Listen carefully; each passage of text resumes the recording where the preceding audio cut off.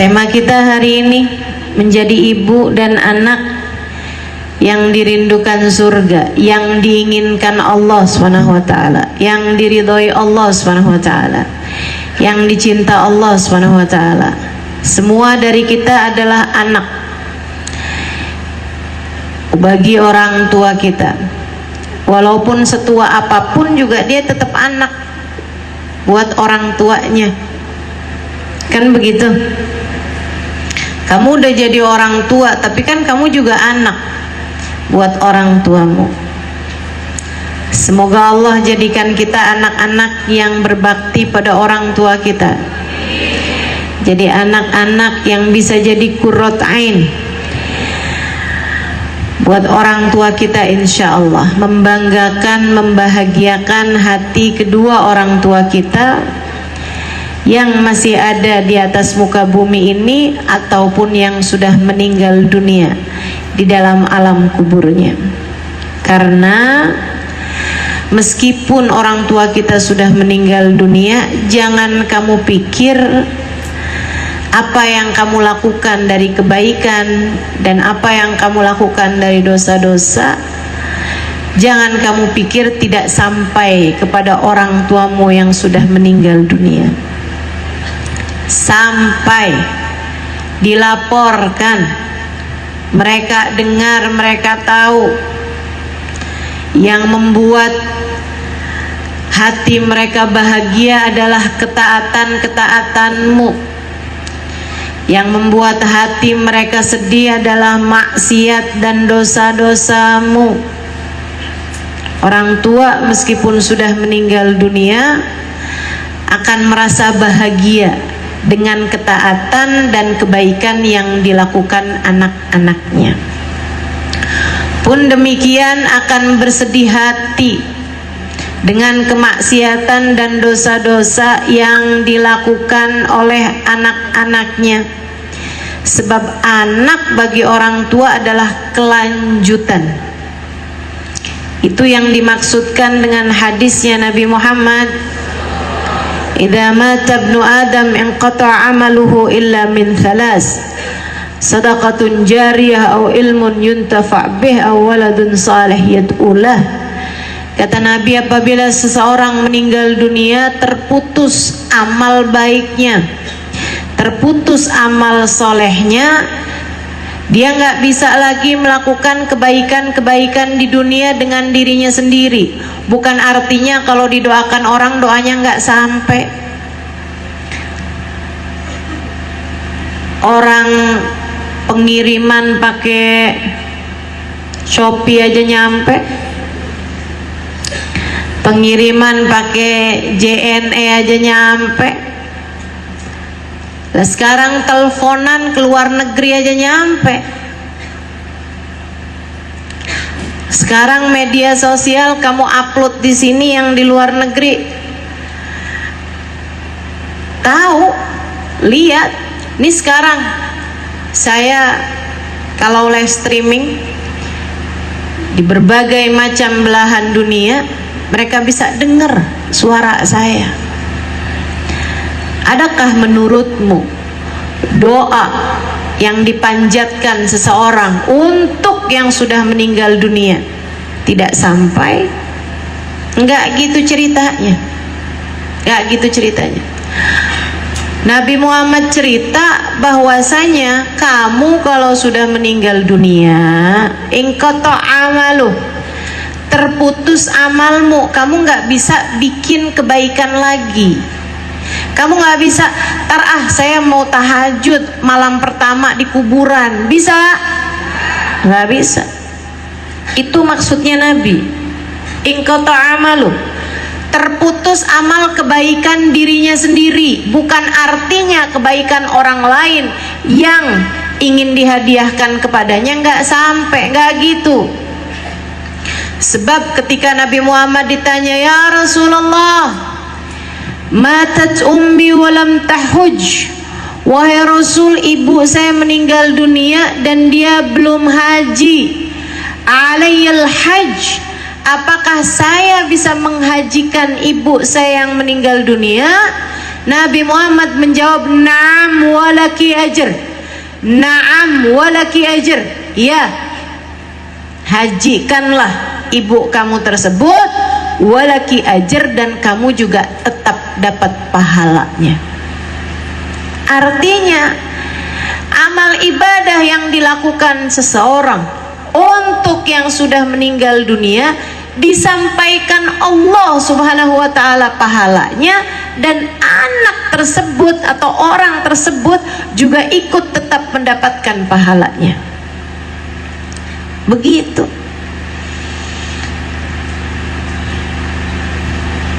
Maka apapun yang dilakukan orang hidup untuk orang yang meninggal dunia, dengan rahmat cinta Allah Subhanahu wa ta'ala akan disampaikan oleh Allah Subhanahu wa ta'ala. Maka kalau kamu dengar-dengar ada orang bilang, "Gak usah tahlilan, gak bakalan nyampe. Gak usah kirim-kirim yasin, gak bakalan sampai. Gak usah melakukan kebaikan apapun diniatkan buat orang tuanya udah meninggal dunia, orang tuanya udah meninggal gak akan sampai." Orang kalau udah meninggal dunia, kamu apa-apain gak akan sampai. Ini orang yang berpikiran seperti ini, kalau kamu pernah dengar-dengar, gak usah ikutin. Kenapa gitu? Karena bertentangan dengan banyak sekali hadisnya Nabi besar Muhammad sallallahu alaihi wasallam. Orang kayak gini kalau ditanya mana dalilnya, dalilnya yang tadi saya bawain, idza mata ibnu adam inqata amaluh illa min thalath. Kalau ada orang meninggal dunia, terputus amal kebaikannya kecuali dari 3 hal. Nabi nggak sebut tuh tahlilan, Nabi nggak sebut tuh kamu sedekah niatin orang tua, nggak bisa, nggak ada. Orang udah meninggal, udah meninggal. Teman-teman, hadis itu tadi menceritakan bahwa orang kalau udah meninggal dunia, dirinya sendiri nggak bisa bikin kebaikan. Dia nggak bisa bikin kebaikan kalau udah meninggal dunia. Saya mau baca Al-Quran, hari pertama saya di dalam kuburan, bisa? Nggak bisa. Kamu udah meninggal dunia, udah nggak bisa lagi bikin kebaikan. Waktumu udah habis bikin baik, bikin amal soleh adalah saat masih hidup di atas muka bumi ini. Nih sekarang nih, mau baca sholawat, mau dengerin kajian, masih bisa. Tapi begitu kamu meninggal dunia udah nggak bisa lagi. Ustazah ada arwah gentayangan lah. Tuh kayaknya orang Bogor tuh. Hantunya banyak, suster ngesot lah, kuntilanak lah, pocong lah.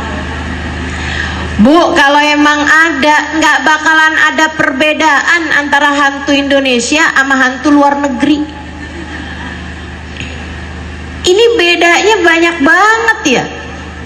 Hantu Indonesia melas-melas, bajunya rombeng-rombeng, jelek-jelek. Suster bisanya ngesot doang, sian. Pocong bisanya lompat-lompat doang. Hantu luar negeri dong, keren-keren pakai jas. Nggak gitu, nggak gitu. Jadi arwah gentayangan nggak ada, ustazah. Mau saya kasih tahu, arwah gentayangan ada apa enggak sih? Saya kasih tahu. Roh yang bisa berjalan-jalan, berkeliling, itu ada. Rohnya para nabi, rohnya para wali. Roh yang bisa jaulan alal ard, berkelana, keliling-keliling. Dan kabarnya yang paling sering didatangi adalah tempat ibadahnya dulu waktu di dunia. Tempat dia sering mengerjakan ibadah waktu di dunia, itu yang paling sering dia datangi. Itu sebabnya guru saya Hubabah pernah bilang, kita datang ke rumahnya wali, ke kamarnya wali, ke tempat ibadahnya seorang wali, itu lebih banyak berkahnya daripada saat kita berziarah ke makamnya, kata beliau. Kenapa? Karena itu adalah tempat yang paling berkesan indah buat seorang wali tersebut. Dan beliau sering kalau kangen jalan, Bu, sama kayak orang di dunia nih Bu nih, yang bisa jalan-jalan ke luar negeri kan gak semua orang ya Bu ya. Yang bisa jalan ke luar negeri hanya orang kaya-kayanya aja di dunia ini, bukan begitu? Demikian pula dengan akhirat. Roh yang bisa keliling, roh yang bisa jalan, roh yang bisa berkelana kemana-mana, itu adalah roh para nabi, itu adalah roh para wali, hamba-hamba tercinta di sisi Allah, orang-orang kaya, konglomeratnya akhirat. Tapi kalau yang biasa-biasa enggak, rohnya orang biasa-biasa gitu, enggak bisa kemana-mana rohnya. Rohnya ada di iliyin kalau dia orang soleh, rohnya ada di sijin kalau dia orang yang tidak soleh. Kalau dia lagi disiksa, boro-boro jalan-jalan, matinya bunuh diri, jadi rohnya gentayangan, boro-boro Bu.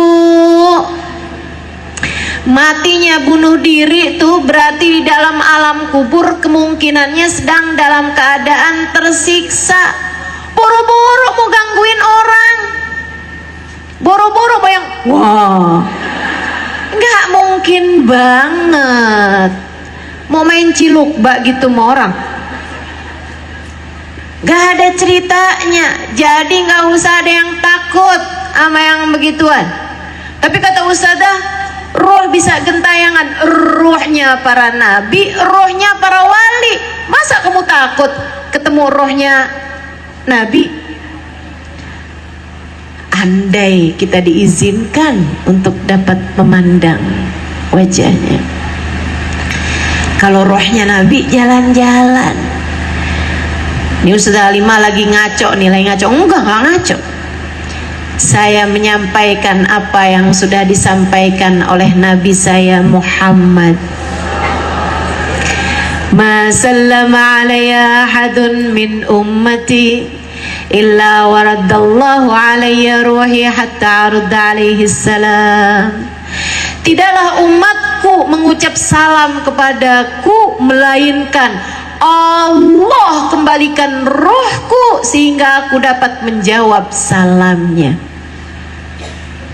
Kalau ada yang ucap salam padaku, entah dia sendirian, entah dia bersama-sama, entah dia mengatakan assalamualaikum ayyuhan nabi warahmatullahi wabarakatuh dengan hati penuh khusyuan, entah dia bersama-sama mengucapkan ya nabi salam alaika, ya rasul salam alaika, ya habib salam alaika, salawatullah alaika.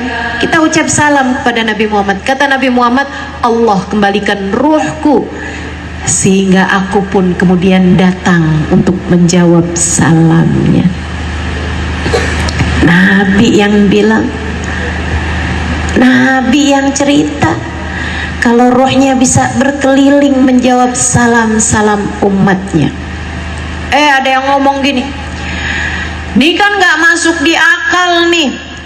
Orang kan maulidan di sana bikin maulid, sana bikin maulid, sana bikin maulid.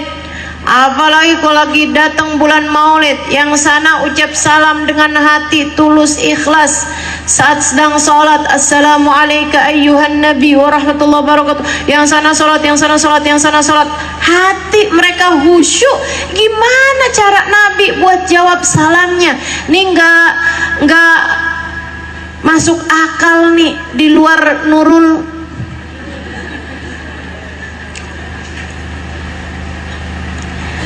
Saudara sekalian yang saya muliakan, para ulama menjawab, bukan jawaban saya. Para ulama menjawab, seperti cahaya matahari. Kamu hanya perlu keluar dari rumah untuk bisa merasakan cahayanya. Kayak gitu. Nabi tuh kayak gitu. Nabi kayak gitu. Jadi tiap orang keluar rumah sama kayak orang setiap kali ucap salam tuh kayak lagi keluar dari rumah, dia akan segera mendapatkan cahaya matahari. Sama kayak cahaya purnama di malam terang benderang, malam 15. Saudara sekalian yang saya muliakan, kamu hanya perlu keluar dari rumah untuk mendapatkan keindahan cahayanya. Tiap kali kita ucap salam kepada baginda Nabi, semacam kita keluar dari rumah untuk bisa merasakan indahnya cahaya rembulan. Sampai sini paham? Sampai sini paham? Insya Allah. Jadi ruh yang gentayangan itu adalah ruhnya orang-orang mulia. Ruh yang bisa jalan keliling, pergi, datang ke bumi, itu adalah ruhnya orang-orang mulia. Maka kita semestinya nggak pernah takut terhadap hal yang seperti itu. Tapi udah pernah lihat Ustazah? Lihat apa? Lihat hantu. Itu bayangan kamu aja kali. Beneran Ustazah, pintu tiba-tiba ketutup sendiri. Ada angin tuh kali. Beneran Ustazah, ada hantunya. Beneran ada hantunya.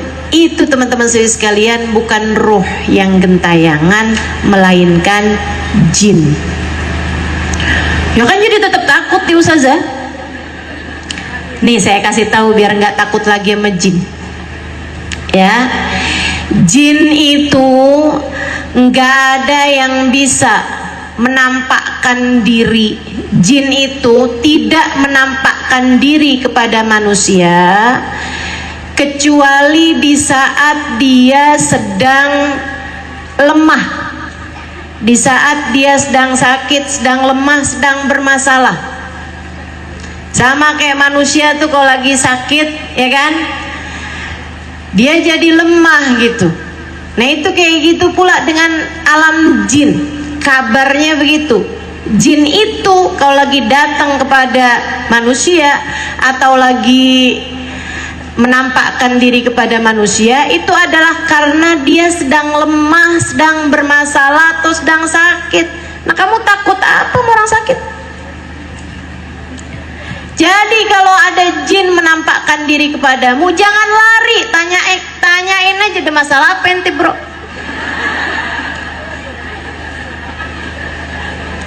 Tanyain. Perempuan Ustazah, ada masalah apa jeng? Sis, udah nggak usah takut, nggak usah takut. Takut cukup sama Allah. Ini lagi membahas ibu dan anak yang dirindukan surga. Kenapa sampai ke suster ngesot segala ini ya?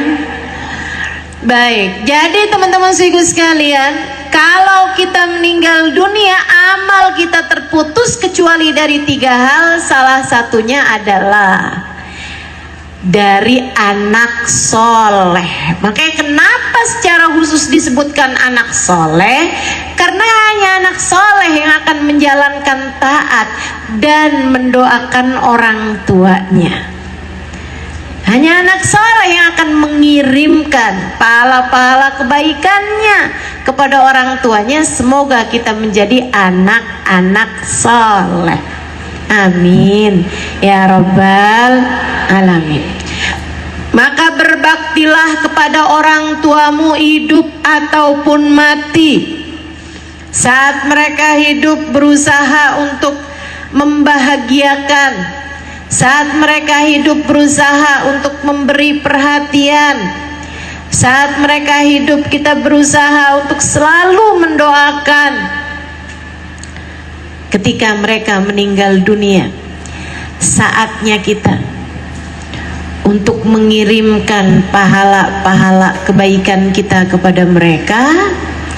Saatnya kita untuk selalu mendoakan mereka dan memintakan doa dari orang-orang soleh-solehah untuk mereka.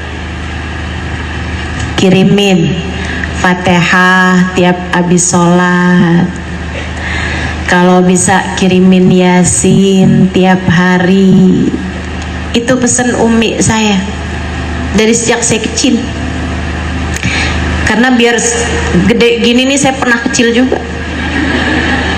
Kecil segini. Kecil. Waktu saya SD saya ingat banget tuh. Saya lagi di dapur sama Umi saya, sudah kami melihat ada bupati habis ngawinin anaknya diarak. Lewat di depan rumah kami, rame banget. Meriah sekali, pakai drum band segala macam. Saya di dapur bilang sama Umi saya, Mi doain ya Mi, biar saya nanti kalau besar jadi orang kaya, saya akan bikinin pesta yang meriah buat Umi. Umi saya bilang, aduh nah, Umi tuh males kondangan. Saya bilang kalau gitu doain biar saya kaya raya, jadi saya bisa bikinin buat Umi rumah yang besar. Umi saya bilang, rumah kalau besar-besar capek nyapunya. Agak susah disenangkan ini ya, wanita yang tidak cinta terhadap dunia. Itu yang saya dapati dari Umi saya. Mudah-mudahan anaknya bisa nyontohin. Urusan dunia beliau sudah tidak lagi tertarik terhadapnya. Saya bilang sama beliau, kalau gitu Mi doain saya biar saya kaya. Intinya anaknya pengen kaya nih. Doain saya biar kaya Mi, nanti Umi bisa saya ajakin jalan-jalan kemana-mana. Umi saya bilang, Umi males jalan-jalan. Umi tempat yang pengen Umi datengin cuman Mekah Madinah untuk mengerjakan haji, dan Umi udah pernah pergi haji ma Abah. Jadi bingung saya. Akhirnya saya yang balik tanya Umi saya, terus Umi pengennya saya kayak gimana Mi? Umi saya bilang, Umi kepengen anak-anak Umi kalau Umi meninggal dunia nanti nggak keberatan buat baca Yasin tiap pagi, dihadiahkan buat Umi. Dari sejak saya kecil saya dengar hal yang semacam itu dari Umi saya, membuat saya jadi ngerti gimana cara membahagiakan Umi saya adalah dengan berusaha untuk menjadi hamba Allah yang benar, hamba Allah yang baik, biar saya bisa menyenangkan hati Umi saya dari sejak Umi saya masih hidup sampai Umi saya meninggal dunia. Biar bisa saya menyenangkan hati orang tua saya dari sejak mereka masih ada di atas muka bumi sampai kelak mereka masuk ke dalam kuburan. Saya yakin Umi saya dengan pesannya di dalam kubur ini. Umi saya udah meninggal tahun 2022, baru aja ya, belum 2 tahun, bulan November. Saya yakin umi saya dalam alam kuburnya nggak pernah nyeselin, duh kenapa dulu tuh ya nggak minta aja dijajanin, mesti nggak pernah nyesel. Kenapa waktu anak saya tanya apa yang saya inginkan, kenapa saya nggak minta aja rumah yang besar, nggak pernah nyesel. Beliau bahkan saya rasa berbahagia bahwa semasa hidup di dunia ia hanya memesankan anak-anaknya agar menjadi anak-anak yang soleh-solehah, kemudian berkenan mengirimkan bacaan surat Yasin setiap pagi.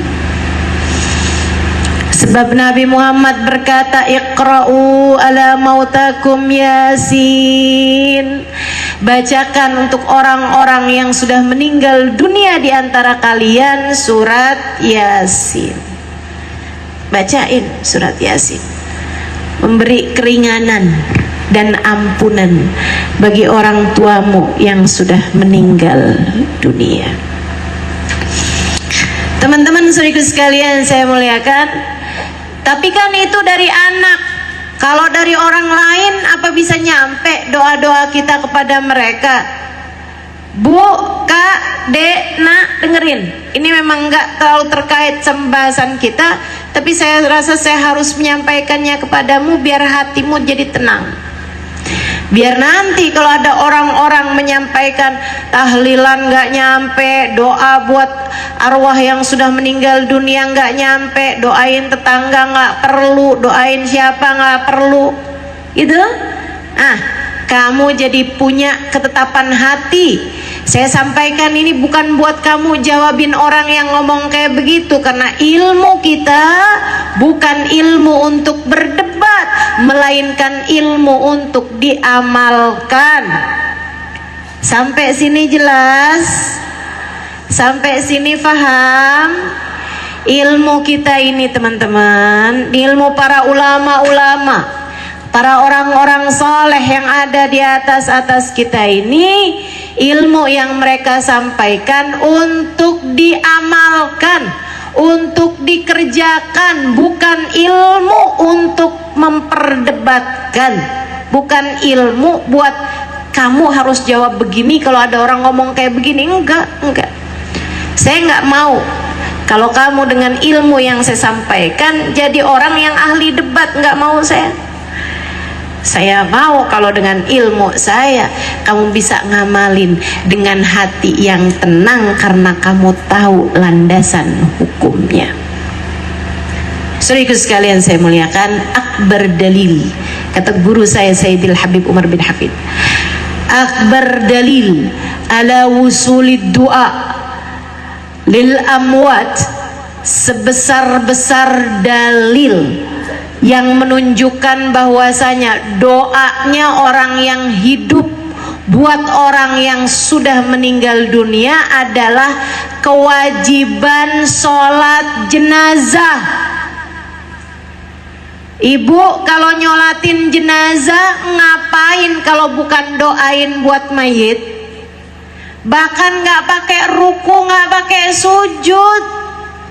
Orang kalau nyolatin jenazah nih kan udah meninggal tuh, ya kan? Kan itu Allahumma ufir lahu warhamhu wa'afihi wa'fu anhu. Ya Allah ampunin dia, ya Allah sayangin dia, ya Allah ampuni dosa-dosanya, ya Allah gugurkan kesalahan-kesalahannya. Allahumma ufir lahu warhamhu wa'afihi wa'fu anhu, selamatkanlah dia ya Allah. Saudaraku sekalian saya muliakan, kalau doanya orang yang hidup buat orang yang mati nggak nyampe, ngapain Allah perintahkan sholat jenazah? Masa Allah mau perintahkan sholat jenazah, kamu doain ya mayitnya tapi nggak nyampe loh? Nggak mungkin. Didoain karena sampai. Apakah sholat jenazah diwajibkan hanya untuk anak? Enggak dong. Kesian banget yang nggak punya anak. Sholat jenazah buat siapapun. Kamu dengar ada orang meninggal dunia, sholatin jenazahnya, kan begitu?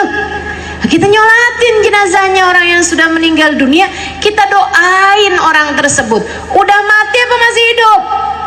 Udah mati. Nyampe apa nggak nyampe?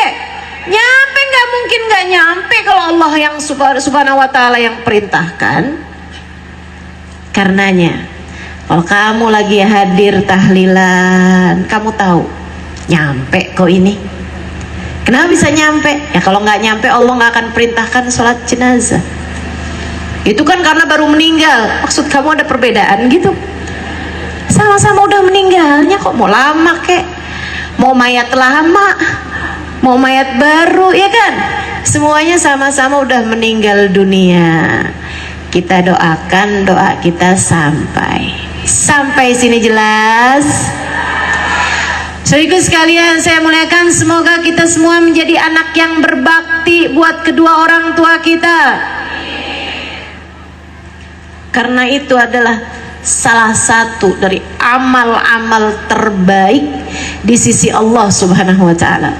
Ketika datang seorang pemuda kepada Nabi kita Muhammad sallallahu alaihi wasallam, dia bertanya, "Ya Rasulullah, man ahaqqun nas an abirra ilaih?" Wahai Rasul, siapa orang yang paling layak mendapatkan kebaikanku? Siapa orang yang saya mestinya berbuat baik nomor satu sama dia? Nabi Muhammad menjawab, ummuka, ibu kamu. Tummaman, siapa lagi Rasul? Ummuka, ibu kamu. Tummaman, siapa lagi Rasul? Ummuka, ibu kamu. Tummaman, siapa lagi habis itu Rasul? Abuka, bapak kamu. Ibu baru bapak. Artinya haknya ibu 3 kali haknya bapak.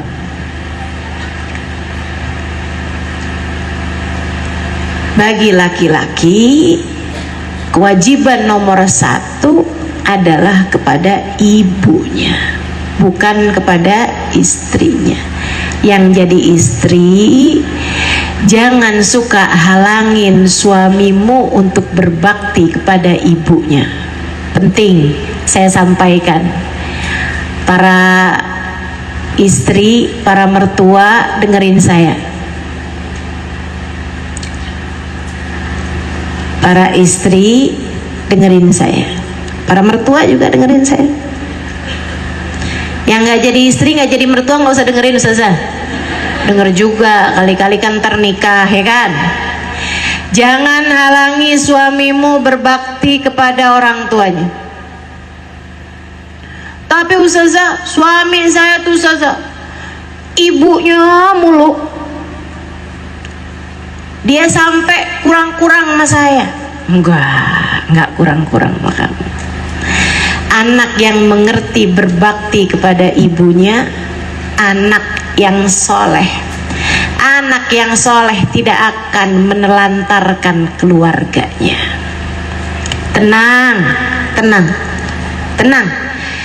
Kalau kamu bisa mendukung suamimu, support suamimu, mendorong suamimu untuk berbakti kepada ibunya, nanti anak-anak kamu Allah jadikan berbakti padamu.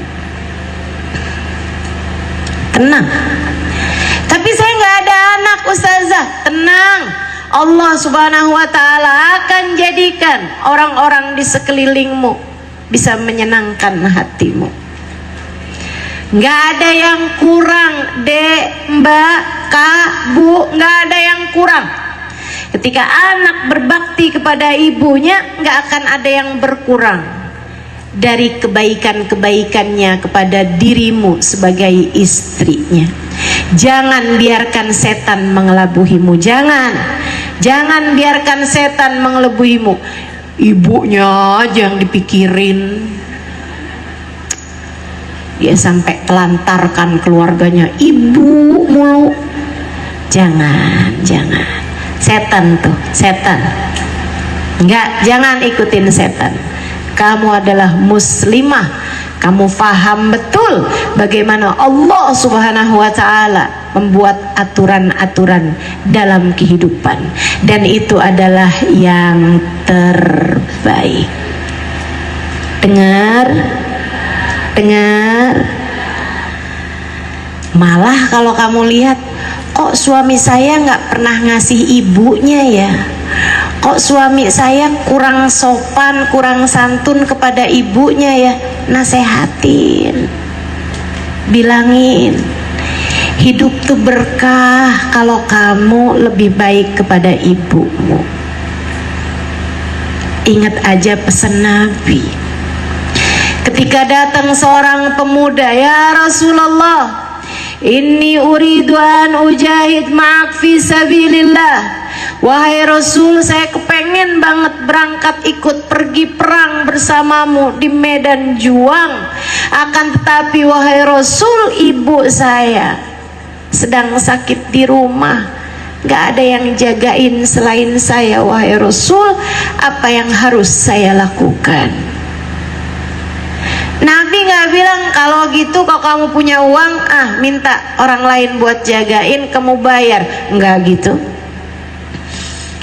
Nabi gak bilang misalnya, kalau gitu buruan kamu nikah, istri kamu tuh minta dia buat jagain ibu kamu, kamunya jihad aja fisabilillah. Enggak gitu. Nabi Muhammad bilang kepada laki-laki tersebut, pada pemuda tersebut, kata Nabi Muhammad, idzan fafiha fajahid, idzan fafiha fajahid. Kalau begitu terhadap ibumu, silahkan kamu berjihad, silahkan kamu berjuang, silahkan kamu berbuat baik, pahalanya jihad fisabilillah. Ibu kamu urusin, pahalanya jihad fisabilillah. Para istri udah dengar? Lemes banget suaranya ya, nggak enak buat kamu. Nggak enak buat kamu? Enak, iya. Dah gitu, jangan halangi suamimu untuk berbakti kepada orang tuanya, ibunya terutama. Biarkan dia menjadi anak yang berbakti kepada ibunya. Dan buat para mertua, ini belum nih, jangan mertuanya jadi kayak berasa gue dapet modal nih, tinggal bilang aja, ntar kalau mantu perempuan saya repot-repot, rewel-rewel, saya setelin aja dah kaset ustazah. Yang bagian ini nih saya potong, saya dengerin, ibumu, ibumu, ibumu. Nggak gitu. Ibu mertua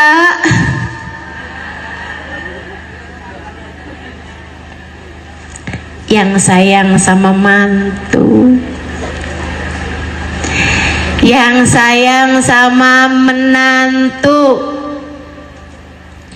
perempuan yang menikah dengan anakmu, di rumahnya ia sangat disayangi sama bapaknya, di rumahnya ia sangat dimanjakan oleh orang tuanya, di rumahnya jadi kesayangan orang tuanya. Orang tua mana yang gak sayang sama anaknya? Orang tua mana yang gak sayang? Bapak terutama, bapak mana yang gak sayang sama anak perempuannya? Luar biasa. Laki-laki itu bu, kalau istrinya hamil, kepengennya punya anak laki-laki, tapi kalau udah lahir senengnya sama anak perempuan. Coba liatin, coba liatin, bapak tuh kayak gitu. Kalau lagi hamil, mudah-mudahan laki-laki, mudah-mudahan laki-laki. Begitu lahir, anak saya yang perempuan mana? Gitu. Masya Allah, yang dicari anak perempuan. Karena memang Allah jadikan cintanya bapak kepada anak perempuannya luar biasa. Buat anak perempuan, bapaknya adalah cinta pertamanya. Karenanya nih, ada anak perempuan dibawa sama anak laki-lakimu untuk tinggal bersama dengannya, ngurusin dia, memperhatikan bagaimana kehidupannya, bagaimana kesenangannya, bagaimana kebahagiaannya. Gimana kamu nggak sayang coba? Anak laki-lakimu kamu urusin betul, tapi sekarang udah ada perempuan lain yang juga ikut ngurusin anak laki-lakimu tersebut. Kamu nggak sayang sama dia? Apalagi kalau dari anak perempuan tersebut kemudian melahirkan cucu-cucumu yang begitu kamu sayangi, yang begitu kamu cintai. Bu, perempuan itu sayang sama anak, tapi lebih sayang lagi sama cucu. Yang setuju? Yang setuju boleh angkat tangan. Nih, nenek-nenek nih, yang sayang sama cucunya. Emang beda, sama anak itu sayang, tapi sama cucu luar biasa, luar biasa. Perempuan itu telah melahirkan cucu-cucumu ke atas muka bumi ini. Gimana kamu gak sayang sama dia? Gimana kamu gak cinta sama dia? Sayangin, cintain. Jangan kamu ngelihatnya gara-gara dia nih transferan anak saya berkurang. Astagfirullah. Kamu ibu apa preman? Kenapa jadi tukang talak begitu sama anak?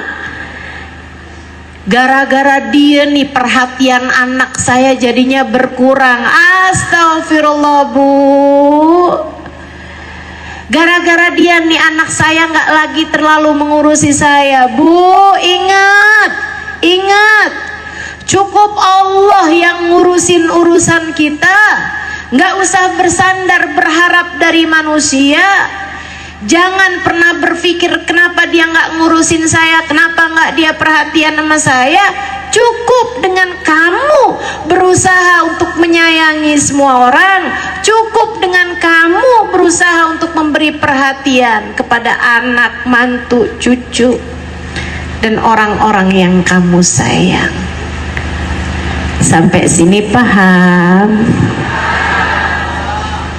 Gak kurang-kurang. Insya Allah kebaikan yang akan Allah berikan kepada dirimu.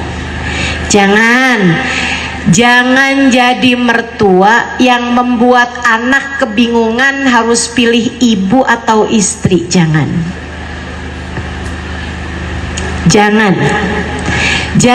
jadi mertua yang membuat anak laki-lakimu kebingungan nih, kalau kayak gini nih saya mesti duluan ibu apa duluan istri saya. Jangan. Biarkan anak-anakmu menjadi anak-anak yang memiliki kehidupan yang baik dalam rumah tangganya. Apalagi kalau kamu sampai sebagai mertua berusaha memisahkan anakmu dari istrinya. Jangan. Anakmu sayang sama istrinya, tapi karena kamu gak sayang sama menantumu, kamu minta anakmu untuk pilih mama atau istrimu itu. Jangan, Bu, jangan. Atau kamu jelek-jelekan menantumu tersebut sehingga anakmu kemudian hatinya jadi tidak lagi cinta, tidak lagi sayang kepada istrinya. Hati-hati, hati-hati. Kata Nabi Muhammad alaihi salatu wassalam, man farraq, siapa yang memisahkan baina mri'in wa habibah, siapa yang memisahkan antara seseorang dengan yang dia cintai, Allah akan pisahkan dia dari yang dia cintai di akhirat nanti. A'udzubillah min dzalik. Insyaallah yang jadi istri biar jadi istri yang soleha, yang jadi mertua biar jadi mertua yang soleha, yang jadi ibu biar jadi ibu yang soleha. Insya Ustazah, anak saya masih kecil-kecil, apa nih yang harus saya lakukan biar menjadi ibu yang dirindukan surga, biar jadi ibu yang bahagia dunia hingga akhirat?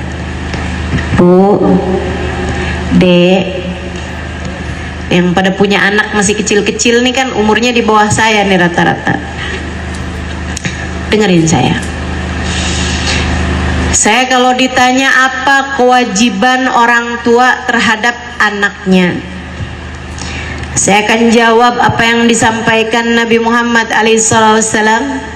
Hak anak dari orang tuanya ada 3. Yang 2 gampang nih, yang 3 nih panjang. Yang 1 kata Nabi Muhammad, an yusammihi bismin hasan, kasih nama anakmu dengan nama yang bagus.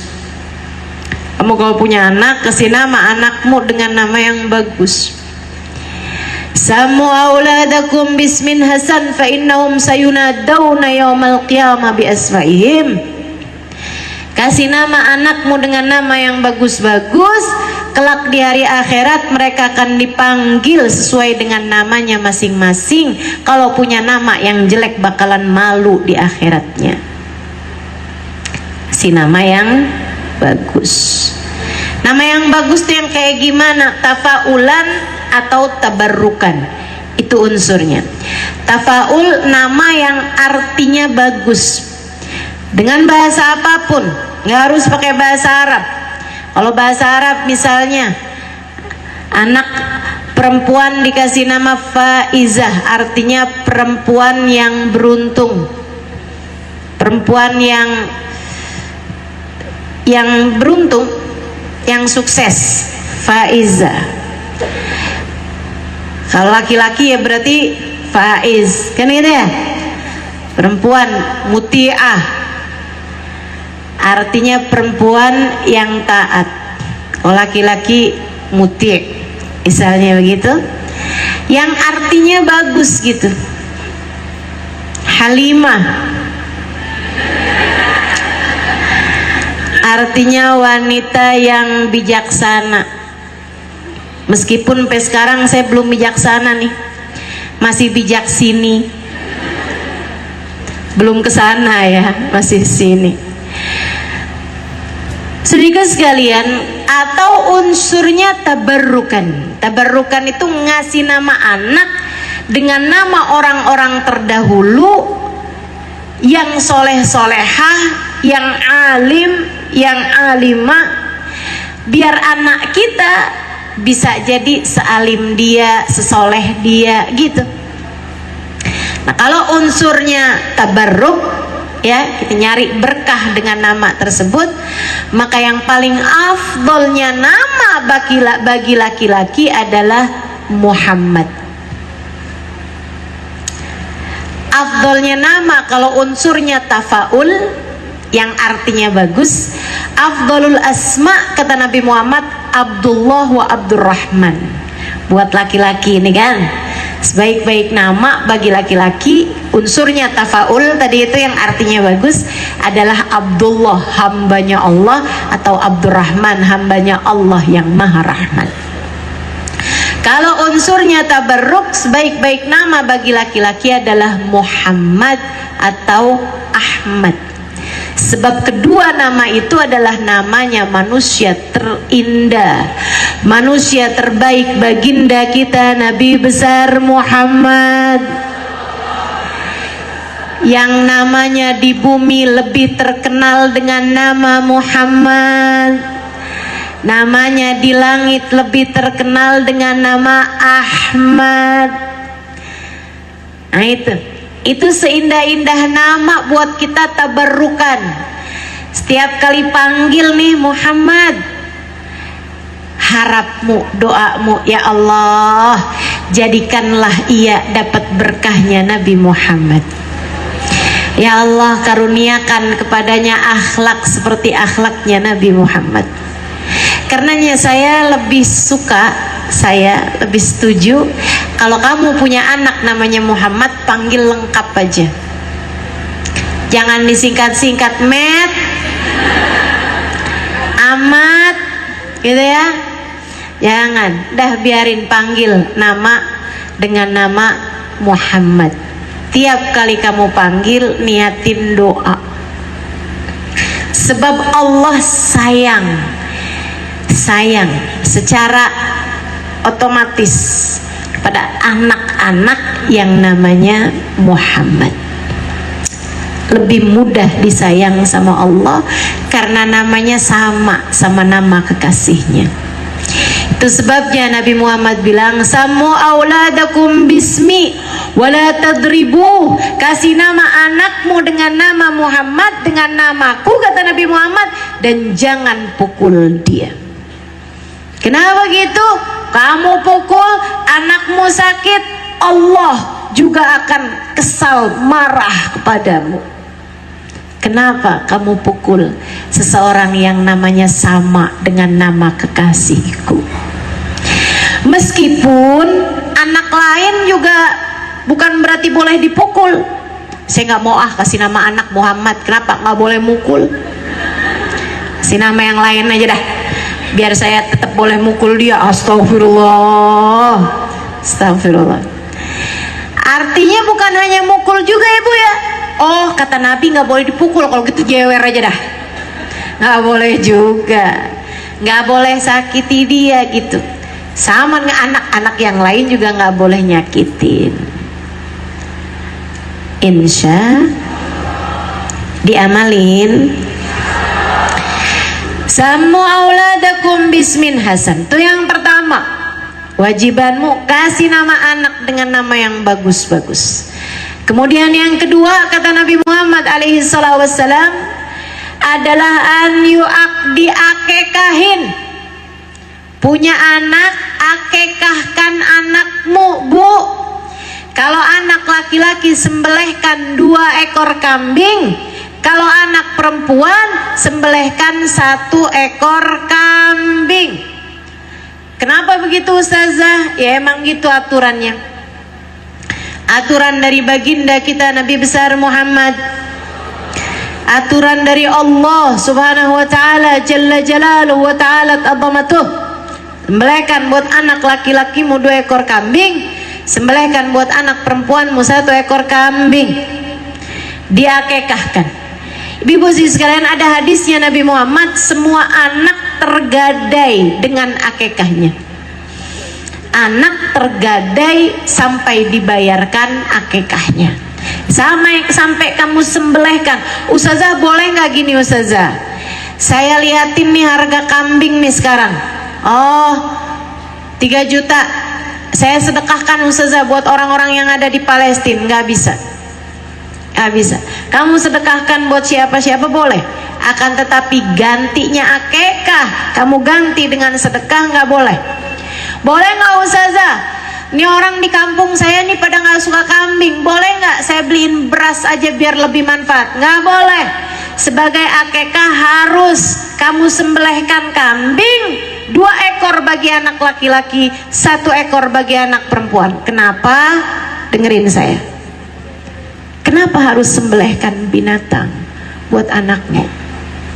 Bu, sebab kamu harus menyembelih sifat kebinatangan dari diri anak-anakmu. Aturan Allah. Beberapa waktu yang lalu saya dengar seorang psikolog anak, Dr. Aisyah Dahlan, cerita begini nih. Ada tuh di YouTube, silahkan didengarkan. Ilmu tuh. Kata beliau, saya ini jadi psikolog udah lama. Orang curhat segala macam curhatan dari zaman tahun kapan tahu. Ngadepin permasalahan anak-anak, remaja-remaja. Banyak banget ibu-ibu curhat. Dia bilang itu dibagi 2 tuh.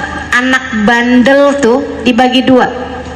Ada yang gampang penanganannya, ada yang sulit penanganannya. Ada yang gampang gitu, nasehatin, diiniin, diituin, ibunya kalimatnya bijak, kalimat yang lemah lembut ini itu bisa gitu, jadi bagus anaknya.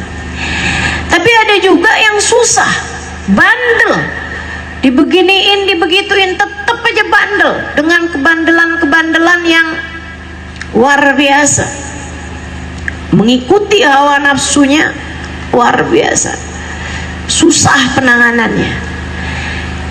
Beliau bilang, kalau ada anak susah penanganannya, saya biasanya akan tanya kepada ibunya, anakmu udah diakekah apa belum?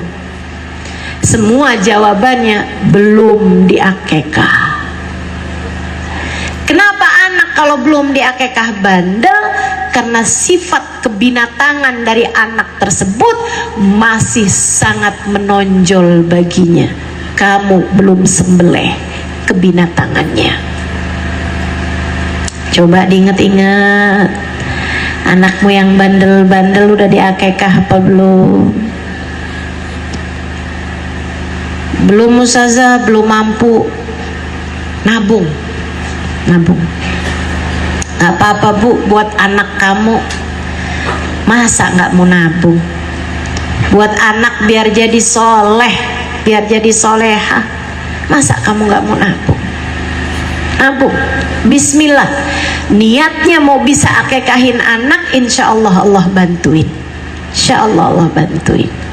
Ibu ya, selisihin tuh yang biasanya buat beli cendol, tuh kan? Selisihin sedikit-sedikit, nggak apa-apa. Niat dulu aja. Saya kepengen bisa akekahin anak saya. Tapi anak saya udah besar, sudah nggak apa-apa. Sampai seumur hidupnya kamu masih tetap bisa mengakekahkan anaknya, meskipun kalau dia udah dewasa, udah kerja gitu kan, nah itu dia boleh mengakekahkan dirinya sendiri. Termasuk ibu-ibu, lihat dirimu tuh bu. Iya ustazah, saya bandel nggak selesai-selesai. Kayaknya kamu perlu diakekah. Ya, coba tanyain tuh sama ibu bapak kamu, bu, saya diakekahin apa belum sih bu? Gituin. Kenapa? Soalnya saya kok demen banget ngajak orang bertengkar. Sifat kebinatangan, suka nanduk-nanduk nih ya, suka nyeruduk-nyeruduk gitu sama orang. Nah tuh bisa jadi karena kita belum diakekahin. Ustazah, suami saya bandel banget dah.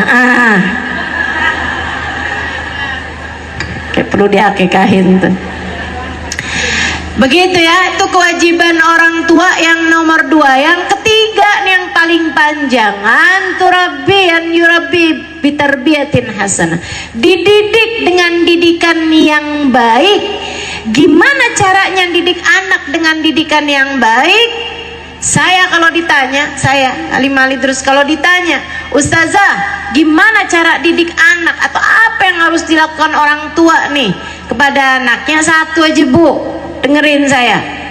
Kewajibanmu sebagai ibu kepada anakmu adalah mengenalkan kepada anakmu cintanya Allah dan Rasulnya lewat cinta dan kasih sayangmu kepada mereka. Kenalkan kasih sayang Allah kepada anak-anakmu lewat kasih sayangmu kepada anak-anakmu yang sayang sama anak, yang sayang sama anak. Jangan pernah pukul, jangan pernah ngomong kasar, jangan pernah ngomong kotor sama anak. Jangan. Apalagi kamu panggil dengan nama-nama binatang, jangan. Anakmu kalau bukan kamu sebagai ibunya yang sayang sama dia, siapa lagi? Ibu tuh sayangnya sepanjang jalan. Lah kamu nggak mukul sama anak, kamu jewer anak kamu kata-katain anak kamu di depan temen-temennya, kamu kayaknya jalan buntu nih jangan. Kasih sayang ibu sepanjang jalan, jalannya jalan buntu, ternyata pendek bener kasih sayangnya. Habisnya anak saya bandel ustazah. Nggak ada anak bandel, nggak ada anak bandel, anak kecil bandel nggak ada. Yang ada adalah anak yang berusaha mencari perhatian orang tuanya dengan cara-cara yang tidak baik, karena saat ia mencari perhatian dengan cara-cara yang baik, orang tuanya tidak cukup memberi perhatian padanya. Kamu jarang peluk anakmu, kamu jarang puji anakmu, kamu jarang menunjukkan kasih sayang kepada anakmu. Anakmu kemudian mencari perhatianmu bahkan dengan cara-cara yang tidak baik. Nggak kesian apa sama anaknya? Coba kamu lebih sering pelukin anak, ciumin anak. Coba kamu lebih sering bilang sama anak, "Nak, mama sayang sama kamu, mama cinta sama kamu." Nah, andai mama dikasih pilihan, dikasih rumah gedongan, atau dikasih kamu, dikasih mobil mewah, atau dikasih kamu, bahkan dikasih gunung emas, atau dikasih kamu, mama akan tetap memilih dikasih kamu. Nak, kamu adalah hadiah terindah yang Allah berikan dalam kehidupan mama. Andai kamu bisa lebih sering memberi kasih sayang kepada anak-anakmu, anak-anakmu tidak akan berusaha mencari kasih sayang dengan cara-cara yang tidak kamu inginkan. Sayangi anakmu, sayangi anak. Kenalkan Allah kepada mereka. Kalau kamu udah sesayang itu sama anak, kamu tinggal bilang sama anak, "Nah, mama tuh sayang banget sama kamu. Kamu rasakan?" "Iya, Ma." "Kamu tahu, Nak, kasih sayang mama sama kamu kalah sama sayangnya Allah sama kamu. Ada yang lebih sayang daripada mama sama kamu, Allah Subhanahu wa ta'ala." Anakmu bisa jadi tambah lebih dekat sama Allah kalau kamunya penuh sayang sama mereka. Kamu kalau udah bisa sayangin anak dan anak berasa disayang sama dirimu, gampang ketika kamu bilang, "Nak, tahu nggak, Nabi Muhammad tuh, Nak, lebih sayang sama kamu daripada mama sama kamu."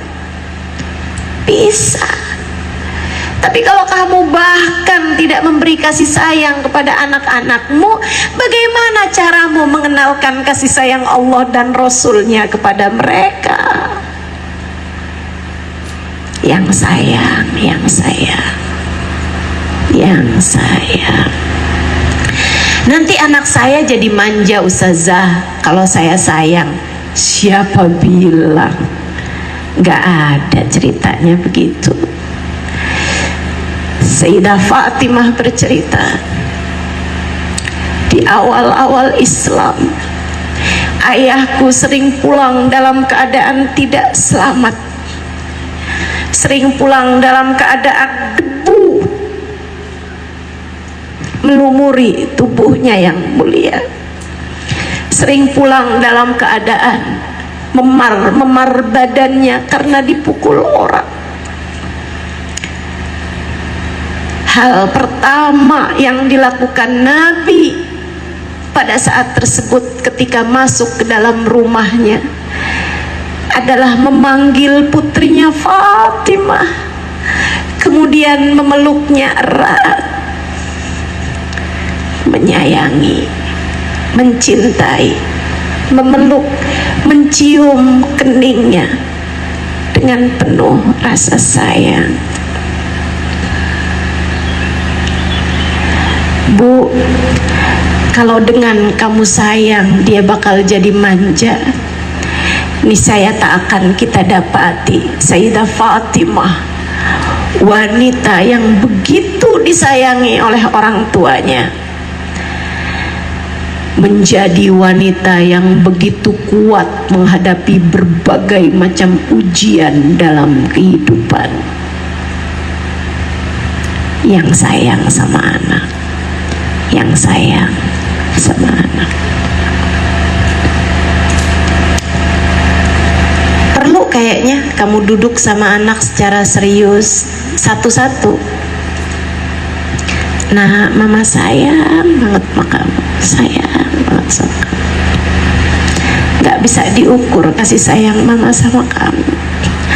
Maafin mama ya nak, kemarin-kemarin kadang cubit kamu, kadang jewer kamu, kadang mama marah-marah ngomel-ngomel sama kamu, kadang mama ngomongnya kasar sama kamu. Maaf ya nak, mama suka nggak sabar, maaf ya sayang, maaf, maafin mama, maafin mama.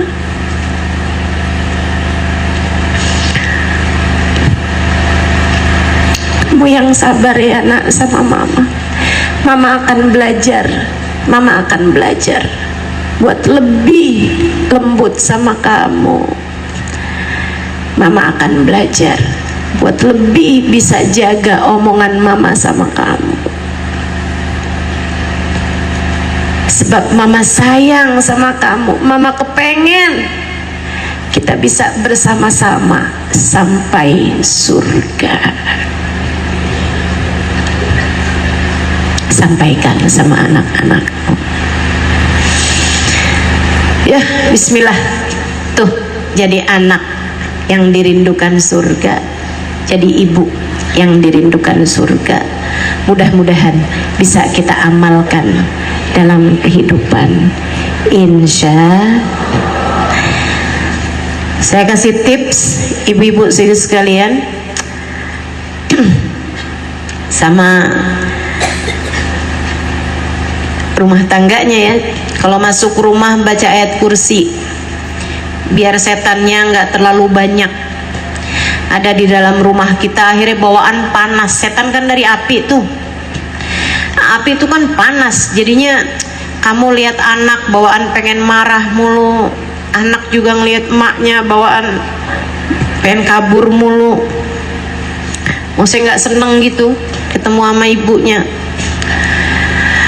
Suami lihat istri bawaan pengen marah mulu, tiap masuk rumah baca ayat kursi, diamalin insya Allah. Kalau kepengen rezekinya lancar dalam rumah, tiap masuk rumah baca surat Al-Ikhlas. Habis ucap salam, tiap masuk rumah baca surat Al-Ikhlas. Kemudian Bu, yang sering doain baik buat anak, yang sering doain baik buat anak. Saya sangat serius ini bilang sama kamu. Kalau kamu punya anak, ya Allah kok saya susah banget yang ngasih tahu dia. Bu, ini ada cerita nih, terakhir nih ya, dari Habib Muhammad bin Abdullah Al-Haddar. Diceritakan oleh putri beliau Hubabah Syarifah ketika kedatangan beliau beberapa bulan yang lalu di Indonesia. Beliau ada cerita, ada seorang ibu datang pada ayah saya dengan nangis-nangis, "Bib, doain anak saya, Bib, bandelnya luar biasa.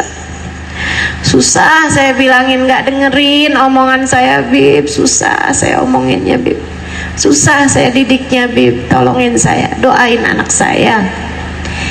Habibnya bilang, Habib Muhammad bin Abdullah Al-Haddar, seorang wali besar, gurunya guru saya Habib Umar bin Hafid, sekaligus mertua, sekaligus ayah dari guru saya Hubabah Nur, Hubabah Ummu Salim.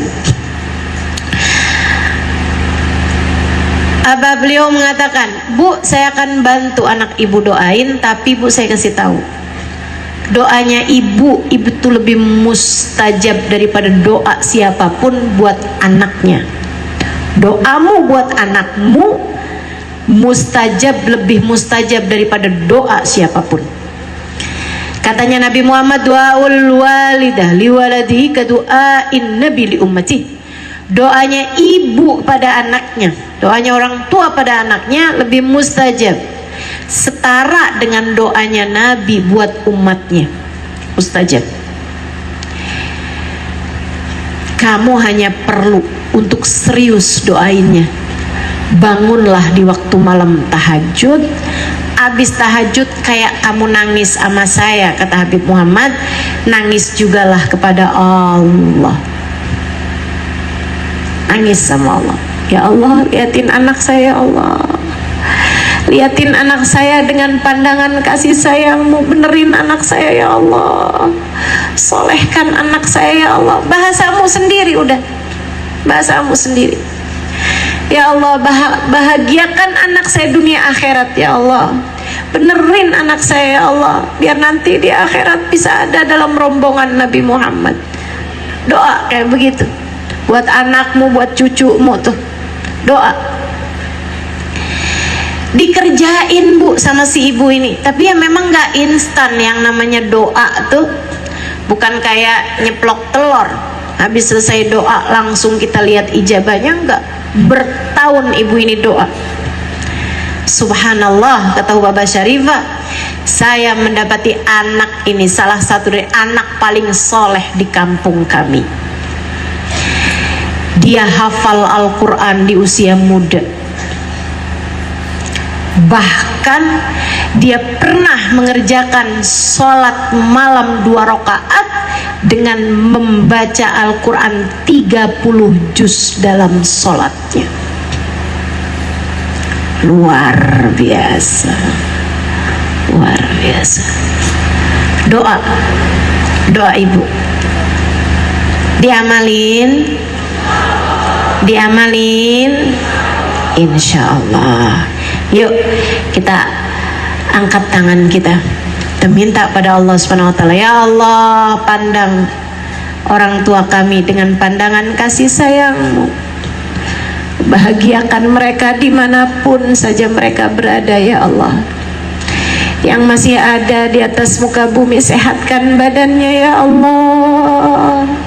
Bahagiakan hatinya, ya Allah. Sehatkan badannya, bahagiakan hatinya. Mudahkan mereka mengerjakan taat kepadamu, ya Allah. Ampuni dosa-dosanya, tutup aib-aibnya. Yang sudah meninggal dunia, ya Allah, hanya Engkau yang dapat melakukannya. Jamulah orang tua kami dengan jamuan terindah di sisi-Mu, ya Allah. Ridhoi dan terima orang tua kami, ya Allah. Perkenankan mereka dapat berjumpa dengan Nabi Muhammad. Perkenankan mereka dapat berjumpa dengan Nabi Muhammad. Perkenankan mereka mendapat syafaat Nabi Muhammad. Ya Allah, anak-anak kami, cucu-cucu kami, orang-orang yang kami sayangi, pandang mereka dengan pandangan kasih sayang-Mu, ya Allah. Ponakan-ponakan kami, lihat mereka dengan pandangan kasih sayang-Mu, ya Allah. Didik mereka dengan seindah-indah didikan dari-Mu, ya Allah. Mudahkan mereka mengerjakan taat. Jadikan mereka hamba-Mu yang soleh-solehah, ya Allah. Dekatkan mereka kepada Nabi Muhammad. Dekatkan Nabi Muhammad untuk mereka, ya Allah. Kepadamu kami mohon, ya Allah. Ampunilah dosa kami, ampunilah dosa kedua orang tua kami, ampuni dosa anak-anak kami dan semua orang-orang yang kami sayangi. Hidupkan kami dengan kehidupan yang baik, matikan kami dalam husnul khatimah. Di akhirat nanti, ya Allah, masukkan kami semua ke dalam surga-Mu tanpa hisab, tanpa adab, tanpa itab, birahmatika ya arhamar rahimin. Wa sallallahu ala sayyidina Muhammadin wa ala alihi wa sahbihi wa sallam bi fadli subhana rabbika rabbil izzati amma yasifun wa salamun alal mursalin walhamdulillahi rabbil alamin wa ila hadratin nabi al-fatihah.